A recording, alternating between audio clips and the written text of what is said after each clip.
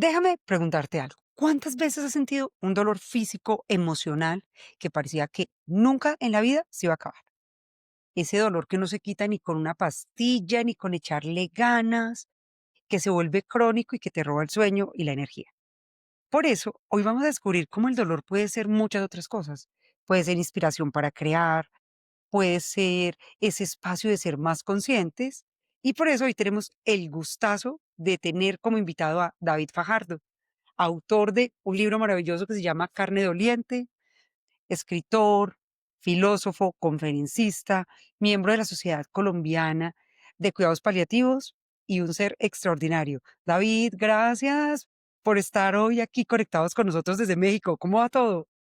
Hola Blanca Mary, muy buenos días desde Ciudad de México, todo muy bien, muy contento de estar contigo compartiendo el espacio, muy agradecido por tu interés en el libro y por la conversación y pues listo para hablar sobre el dolor.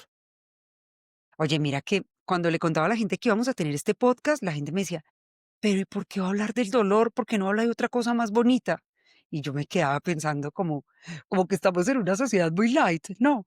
Como que todo queremos que sea así, rosa, ositos cariñositos, pero pues es que el dolor es un fenómeno, es un fenómeno físico, cerebral, emocional, y lo más tremendo es que nadie se libra.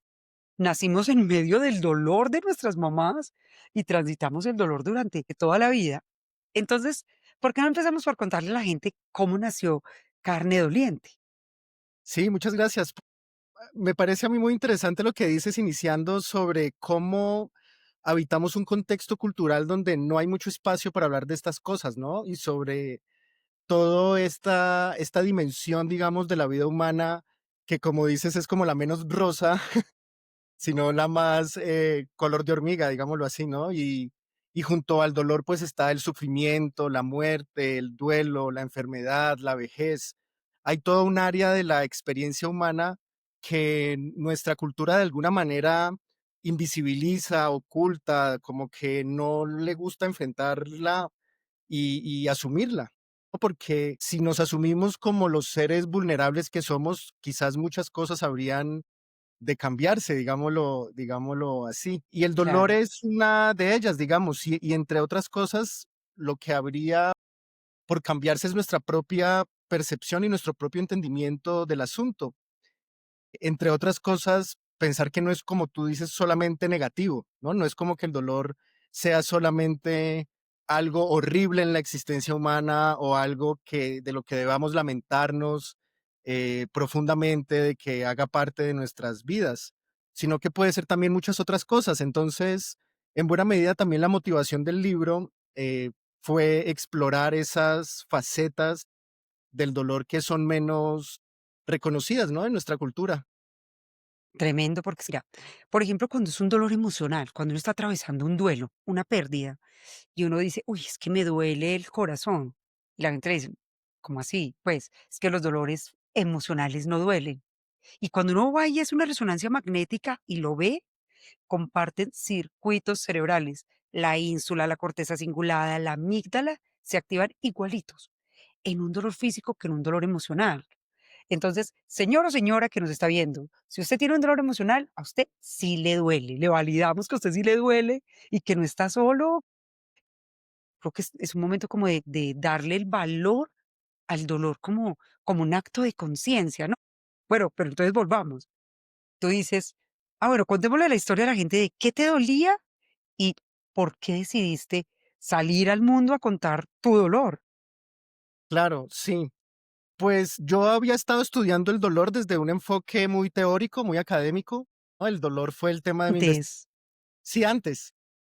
El dolor era mi tema de investigación muy distante, ¿no? Como en filosofía, que es una disciplina particularmente teórica, ¿no? Muy desconectada también de la práctica, digamos, de la medicina o de la psicología, ¿no? Es un asunto más conceptual sobre a qué refieren nuestros términos más básicos sobre esto, etcétera.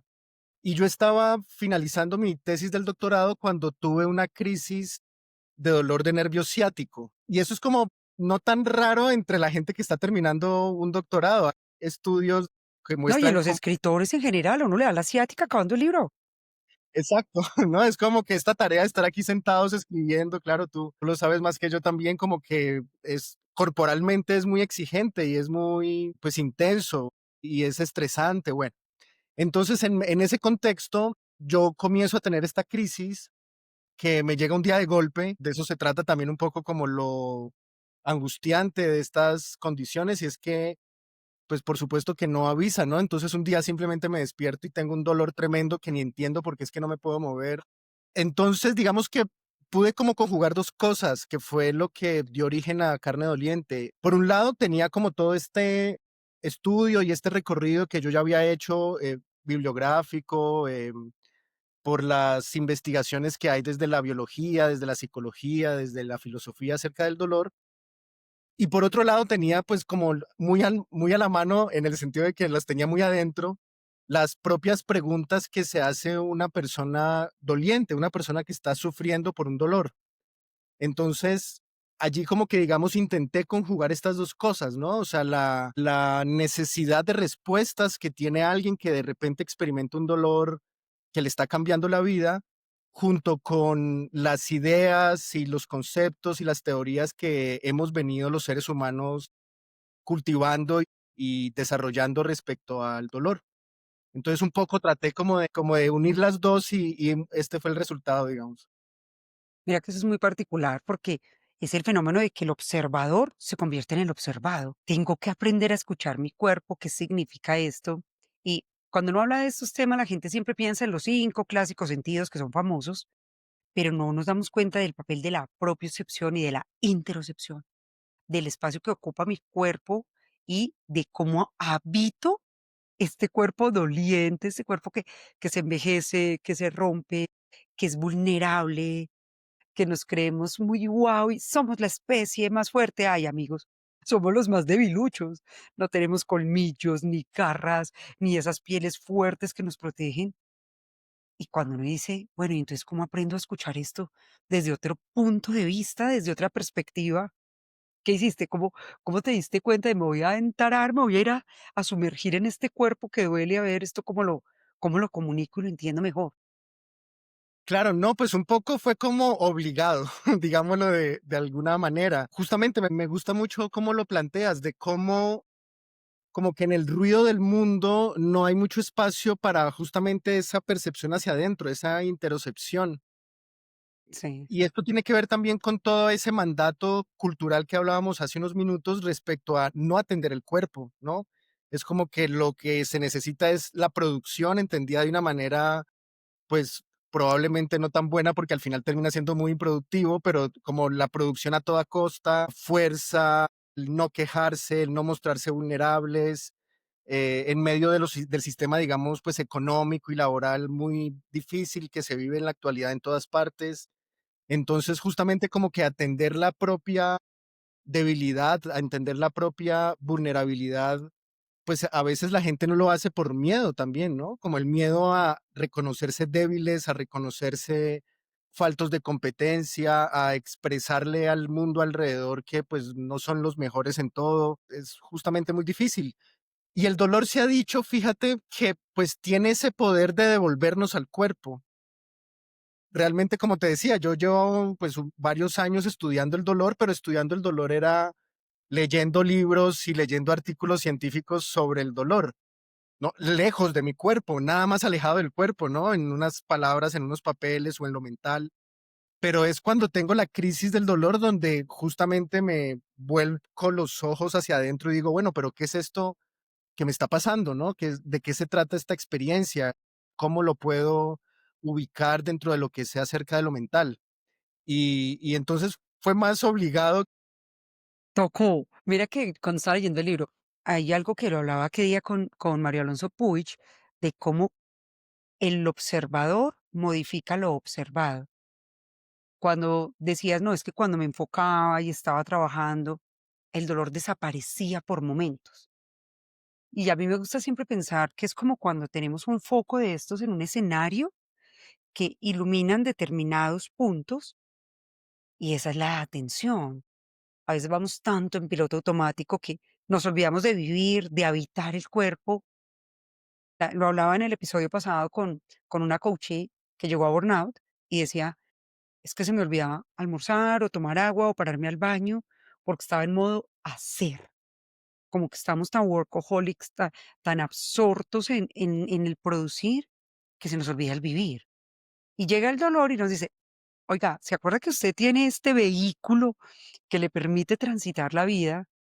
¿Cómo lo está nutriendo? ¿Cómo lo está hidratando? ¿Cómo lo está cuidando? Porque es que cuidamos más el carro, el automóvil, que el cuerpo que habitamos". Y llega el dolor y te sacude y te dice: "Usted está aquí dentro de esto". Entonces, cuando te das cuenta de esto duele, el libro se volvió como una terapia, una catarsis, un acto investigativo. ¿Cómo fue eso para ti? Sí, pues fue como todo eso a la vez. Se me mezclaron allí como muchos propósitos, fui sintiendo. Digamos que en un inicio el libro comenzó como un proyecto de divulgación. Sí. Yo lo comencé a escribir con el propósito de divulgar. La palabra divulgar no me gusta mucho, popularizar o digamos que poner en términos del público amplio, que no son especialistas en psicología, en neurociencia, en filosofía, en qué consiste el dolor. Pero ese tratamiento de ese libro, que fue como el primer manuscrito, pues aún era muy difícil de entrarle, digamos, o no tan difícil, pero lo sentía yo que no generaba esa conexión con la posible lectora, con el posible lector. Y allí entonces yo me animé a un tiempo después, digamos, como que ese fue un primer bosquejo que hice algo después me animé a reescribir todo el material, pero ya conectando con esta experiencia personal de la que estamos hablando. Ujú, chévere. Entonces, como que sobre un andamiaje de un trabajo que era resultado, pues también de mi trabajo de investigación en el doctorado. Luego queda esto, la narrativa personal, que sí es como más catártica, ¿no? Entonces, como entre divulgación, catarsis personal, queda de sentido. En general, un poco como que la idea fue conectar con la búsqueda de sentido que experimenta quien tiene un dolor en el cuerpo, con las ideas que ya están ahí en la ciencia, que ya están ahí en la filosofía. ¿Cómo podemos encontrar sentido con lo que tenemos a disposición, digamos, del conocimiento humano? Un poco eso fue como el propósito. Mira que acá dale.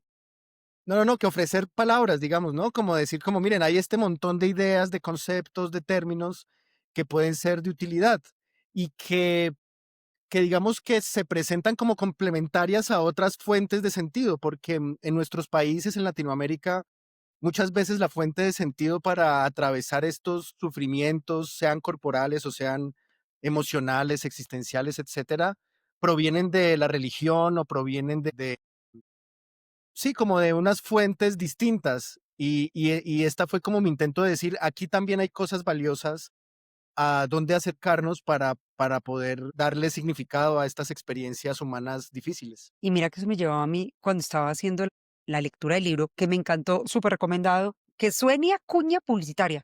Vayan y búsquenlo, Carne Doliente.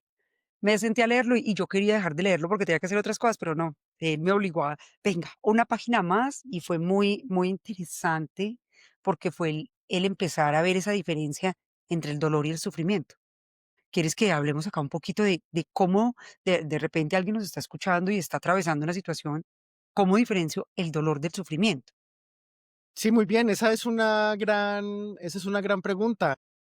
Nuestro lenguaje cotidiano a veces los cruzamos, ¿no? A veces usamos los dos términos como si fueran intercambiables y por supuesto que está bien, pero ya uno puesto como a profundizar en el asunto y cómo puede entenderlos mejor, puede valer la pena hacer algunas diferencias, ¿no?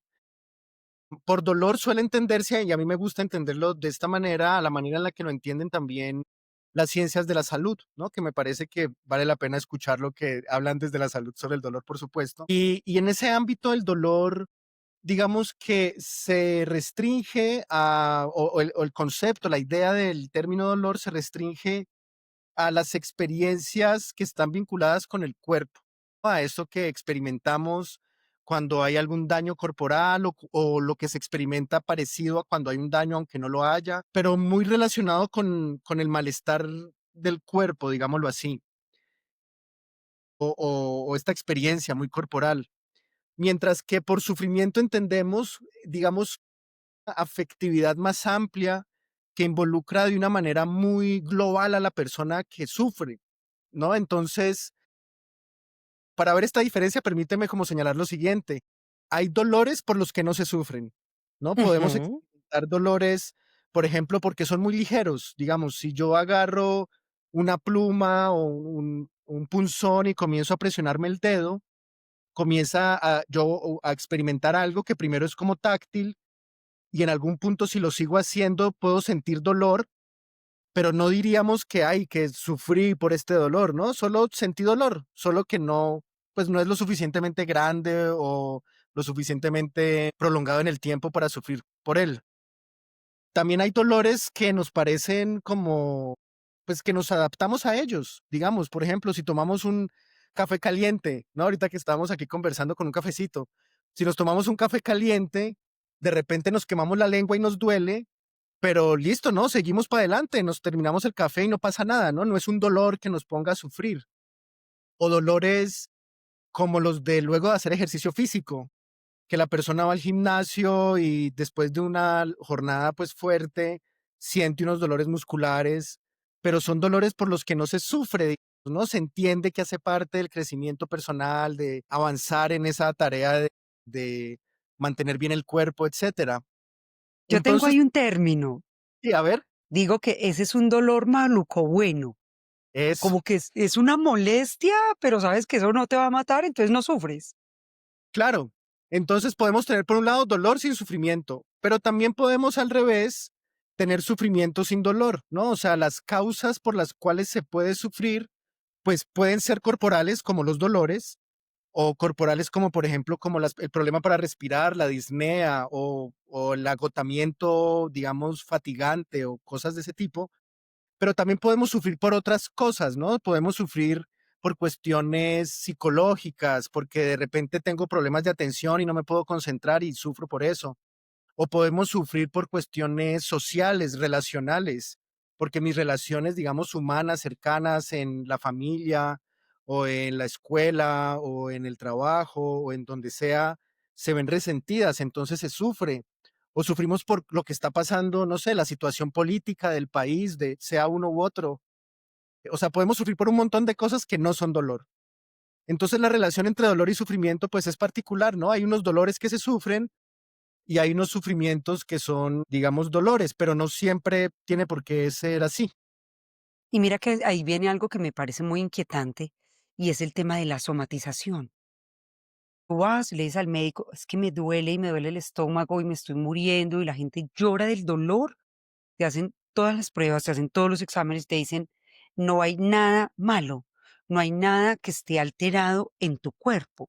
¿Cómo es esa línea ahí? ¿Cómo la entiendes tú de la somatización, del sufrimiento, del dolor? ¿Qué decirle a una persona que está viviendo eso? Sí, a mí me parece como que es un tema que nos lleva a los límites de nuestro entendimiento, ¿no? O sea, ahí estamos, estamos ahí frente justamente a ese, a una barrera del conocimiento humano muy difícil y es que me gusta mucho cómo lo dices, ¿no? Es una línea como muy, muy débil que hay entre cómo entendemos la relación entre la mente y el cuerpo, digámoslo así. Y es una línea que se ha hecho muy delgada y muy tenue, pero que ha tenido una fuerza muy grande, digamos, históricamente en cómo hemos entendido este asunto, casi que desde la antigüedad o incluso más para acá, digamos, en la cultura occidental con René Descartes, estamos hablando del siglo XVII, o sea, son unas ideas muy fuertes que vienen en esta concepción de que los seres humanos somos dos cosas distintas, una mente y un cuerpo, o un espíritu y un cuerpo, ¿no?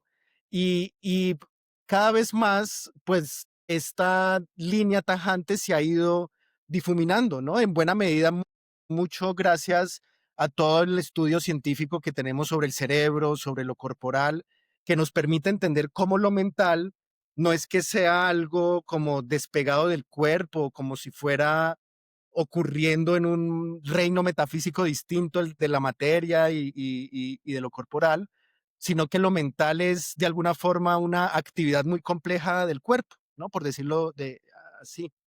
Entonces, A mí me claro, gusta, ajá. dale. No, no, dime, dime, dime. Bueno, a mí me gusta pensar en algo y es como si tuviéramos un hardware y un software. Como que la mente es esa programación mental, esa energía que de repente no sabemos cómo explicarla y el resto es el hardware, la máquina. Lo que mides, pesas, se rompe, se cambia, y a veces como aceptar que la mente tiene un poder tan grande en la experiencia sintiente y doliente, es algo, yo diría que es muy impactante, porque uno dice: "¿Cómo así que?". Conocí un caso de una señora, se le fue la voz 3 años porque tuvo una crisis emocional. Fisiológicamente no tenía nada, nada. El tema de la migraña, por ahí, Séfora Bermúdez, muy interesante, Séfora una experta muy chévere en el tema de que la migraña no existe. Usted tiene demasiada tensión, se acumula y duele. Entonces duele la tensión y usted por eso dice: "Me duele la cabeza y me muero", y toda la cosa. Pero cuando se aprende a respirar y a relajarse, o personas con dolor abdominal se ponen una bolsa de agua caliente y desaparece el dolor, y te inyectan, te dan medicamentos y no. Entonces, como que esa línea de la mente, del poder de lo mental, que ya no es algo como esotérico y de por allá los gurús, no, ya es del día a día, y que lo leía en tu libro de cómo cuando me siento acompañado, como cuando hago otros tipos de prácticas, cambia la relación del dolor. ¿Tú cómo ves esa parte? Sí, no, a mí me genera mucho asombro cómo es que el dolor, justamente eso nos sirve como para problematizar esas distinciones, ¿no? Esto que dices ahora de hardware y software, porque por un lado pareciera que el dolor está muy en el reino de lo mental, ¿no? En la parte del software, porque justamente, ¿no? La atención, si la llevamos para otro lado, entonces nos rebaja el dolor, o si queremos ocuparnos mentalmente de otra cosa mientras tenemos dolor, pues se hace muy difícil. Entonces pareciera que el dolor está en esa parte, pero luego, si miramos de otra manera, pareciera que el dolor no está en el software, sino en el hardware, porque el dolor entonces impide que nos movamos bien, el dolor hace Ujú. que nuestra actividad física se transforme, el dolor nos obliga a mover el cuerpo o a restringir su movimiento. Entonces el dolor está como entre las dos cosas y por eso me ha parecido a mí como muy apasionante en el sentido de cómo involucra las dos, las fusiona, digamos, como que en el dolor podemos ver que pues la naturaleza humana es una sola, no es las dos cosas aparte. Es que es tremenda la cosa, porque entonces, ¿qué fue primero? ¿El dolor o el miedo? ¿Primero me dio miedo y luego me dolió? ¿O primero me dolió y luego me dio miedo de que la cosa se agrave y se complique? ¿Cómo lo transitaste tú? ¿Cómo fue esa experiencia ya personal de, oiga, los que hemos tenido ciáticas, el club de los que nos duele la ciática, uno dice, me quedé paralítico, ya nunca voy a poder caminar en la vida, ¿qué es esto tan horrible? De ningún lado se me quita, entonces para un lado, para el otro me acuesto, siempre me duele. ¿Cómo lo transitaste? Esa relación dolor-miedo, ¿cómo fue ahí? No, pues con muchísimo miedo de todo, ¿no? De, o sea, desde la condición física hasta el futuro, ¿no? Y qué va a ser de mi vida ahora. Yo estaba recién cumplidos los 30 años cuando pasó esa crisis de la que hablo ahí en el libro, o sea, ya hace un ratito. Entonces, pues sí, mucho terror. Y es ahí donde yo encontré que hacer este desarrollo filosófico, digámoslo así, o este desarrollo por el mundo de las ideas respecto al dolor, podía ofrecer algún consuelo. Fíjate que también a los pacientes de dolor crónico, a las personas que experimentan pues dolores persistentes y demás, les recomiendan como parte de la terapia aprender acerca del dolor, entender de qué se trata. Y eso alivia, ¿no? Porque como tú decías ahora, cuando una persona experimenta un dolor de ciática, que como dices, el club es enorme, los dolores de espalda baja son los más populares del planeta, digamos, muchas de las personas que nos van a estar oyendo y nos van a estar viendo probablemente lo hayan experimentado. Y entonces, claro, el miedo es, se me jodió la columna o ya no voy a poder volver a caminar, a correr, a levantar cosas pesadas y, y aprender sobre los mecanismos del dolor, sobre qué es lo que está sucediendo en el cuerpo, sobre qué tipo de experiencia es, entender que no necesariamente el dolor está vinculado con el daño corporal, que no hay una relación directa, entender entonces que no es una percepción del cuerpo, de que hay algo malo en el cuerpo, sino que pueden ser otras muchas cosas distintas. Todo eso da elementos para tranquilizar el miedo, ¿no? Porque todos esos son elementos que van dirigidos a decir, no, tranquilo, no, tienes dolor, pero tu columna está bien, ¿no? Digamos, bueno, para el caso en que esté bien, por supuesto, ¿no? Y Pero mira que muchos hay dolores una co cotidianos son así. hay algo ahí bien interesante, y es como ese camino que se transita desde ser consciente de algo duele, validarlo, sí, sí me duele, que yo pienso que el tema de la validación es tremenda en los temas de dolor. Ay, eso son bobadas, échese esta cremita, deje de estar quejándose, y uno, pero es que sí me duele, ¿qué hago? Me duele. Y hay un libro por ahí que dice: "El cuerpo grita lo que la boca calla", con un enfoque interesante, pero cómo me valido y digo: "Sí, lo acepto, acepto que hay dolor, pero después de eso, ¿qué hago?".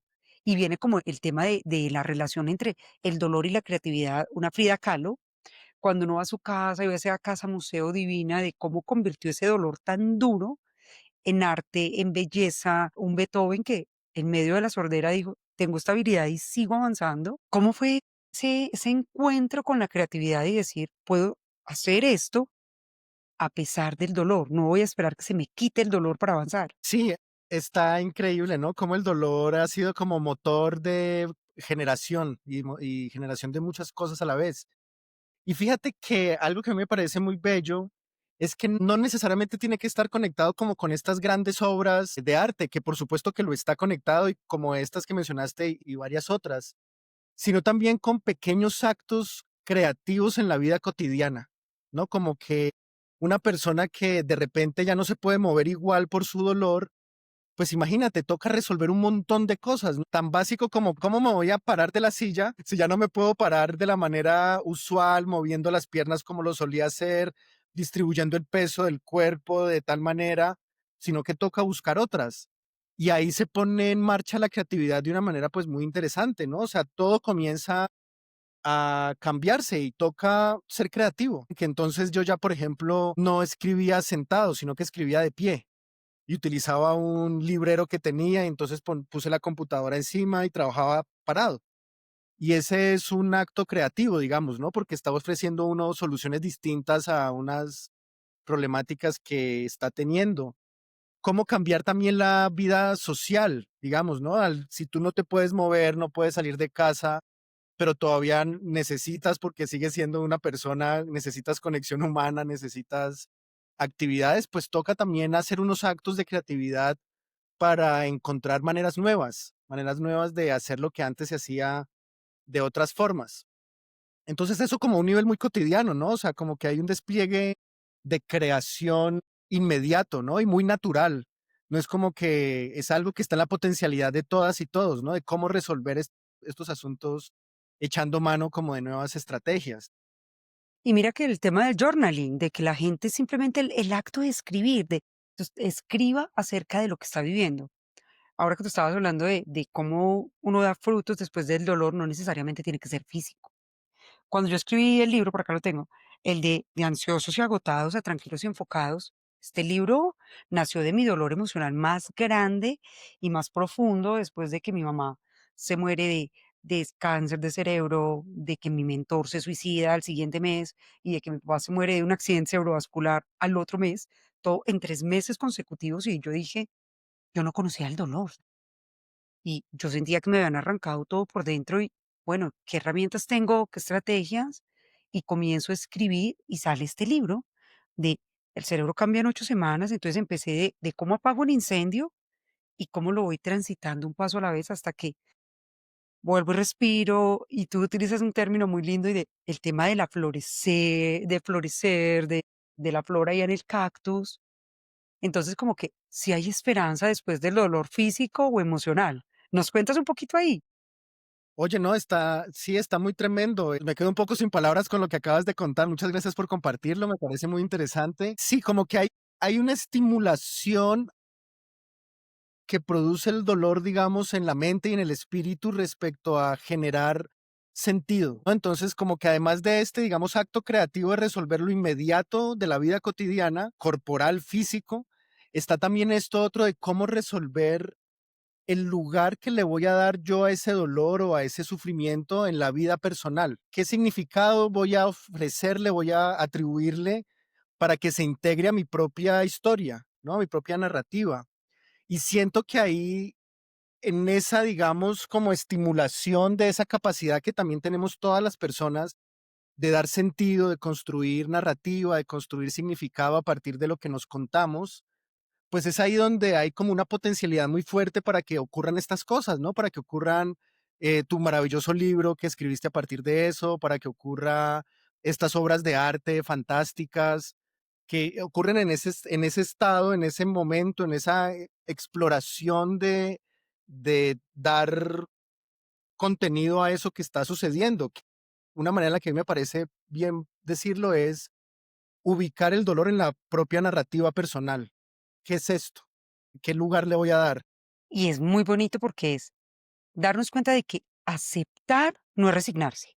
De no, no, lo acepto y me duele y tengo días buenos, regulares y malos. Sí, Y tengo que aprender a transitarlos con la energía que tengo, con las habilidades, con las estrategias. No, yo matada con tu libro, súper recomendado, léanselo, porque es como si no estuvieras hablando de tu situación, sino del dolor de cada persona, que es en un escenario distinto, pero es encontrarnos y aceptar que todos somos vulnerables y que eso no nos hace débiles. Eso hace parte de esta aventura de vivir. Bueno, acá hay claro, una pregunta obligada, David, y sí. es, libro recomendado. ¿Qué te has leído que crees que sea chévere, que nos recomiendes al resto? Bueno, acá nos vende de más de 25 países, entonces que podamos ir a buscar ese libro recomendado por ti. Así como Mario Mendoza recomendó el tuyo y por eso estás acá. Yo le dije a Mario, ¿qué me leo? Y me dijo, Carne doliente de David Fajardo. Ya no, maravilloso que Mario Mendoza esté con esa buena apreciación sobre mi libro, me encanta. Estoy muy agradecido con él y por supuesto contigo con la invitación. Hay dos libritos de los que me gustaría comentar. Uno es una novela que se llama Estás muy callada, de una escritora argentina, Ana Navajas. Tuve el gusto de conocerla en el mismo espacio en que te conocí a ti, en la Filbo pasada. Y es una novelita muy bien escrita, muy bella, que habla sobre los dolores y sufrimientos, digámoslo así, de la vida cotidiana, muy cotidiano, muy de la vida, digamos, inmediata, pero escrito de una manera hermosa, con un uso del lenguaje precioso y puesto de presente unas cosas que a veces son muy obvias por la cotidianidad, pero que escritas en la mano de esta autora Ana Navajas, pues lo ha hecho muy, muy, muy bien, muy recomendada esa novela. Y un poemario chiquito de una poeta mexicana que a mí me ha parecido encantador, muy duro, digamos, es un libro que se escribe desde el dolor, desde el sufrimiento, se llama Solo sabemos aullar, de Saría Abreu Flores. Es una poesía visceral, es una poesía, digámoslo, como en la línea de Piedad Bonet, a quien también me Ujú. recomendaría cualquier cosa de su obra, es impresionante. Y es como en la línea de Piedad Bonet, pero con más sangre y más tripas, digámoslo así, ¿no? Más fuerte. Y me parece que es muy catártico ese grito convertido en poesía de esta autora, Saría Abreu, para quien pueda buscarla. Lo buscaremos. David, muchas gracias. Creo que ha sido una conversación muy linda, muy profunda, muy cercana. Y yo creo que para las personas que nos estén viendo, déjenos el comentario. Cuéntenos, les vamos a dejar el enlace para que busquen el libro. Está en digital también, ¿cierto? Todos los de Planeta están en digital. Así es. ¿Y Sí, está sí, en sí. audio? No, no, el libro todavía no está en Está en audio. digital y está en físico. Bueno, pero está en digital, lo pueden encontrar en cualquier parte del mundo para que lo disfruten, para que hagan es como ese encontrarnos con nosotros mismos en ese momento de dolor. David, fue fantástica la conversación. Muchas gracias, me encantó tenerte por acá. Bienvenido cuando quieras, esta es tu casa y que sigas dándole vida a esa pluma que escribes muy bien. Muchas gracias, Blanca. No, pues yo muy feliz y muy contento de haber tenido esta plática y pues con mucha expectativa hacia el futuro y nuestras próximas conversaciones. Ay, maravilloso. Bueno, y a todos ustedes, recuerden que en Mente Sana Tips siempre tenemos conversaciones que nos ayudan a entendernos mucho mejor. Recuerden, suscríbanse, compártanselo, envíenselo a alguien que le pueda servir, déjenos sus comentarios y nos encontramos en un próximo episodio de Mente Sana Tips. Hasta pronto.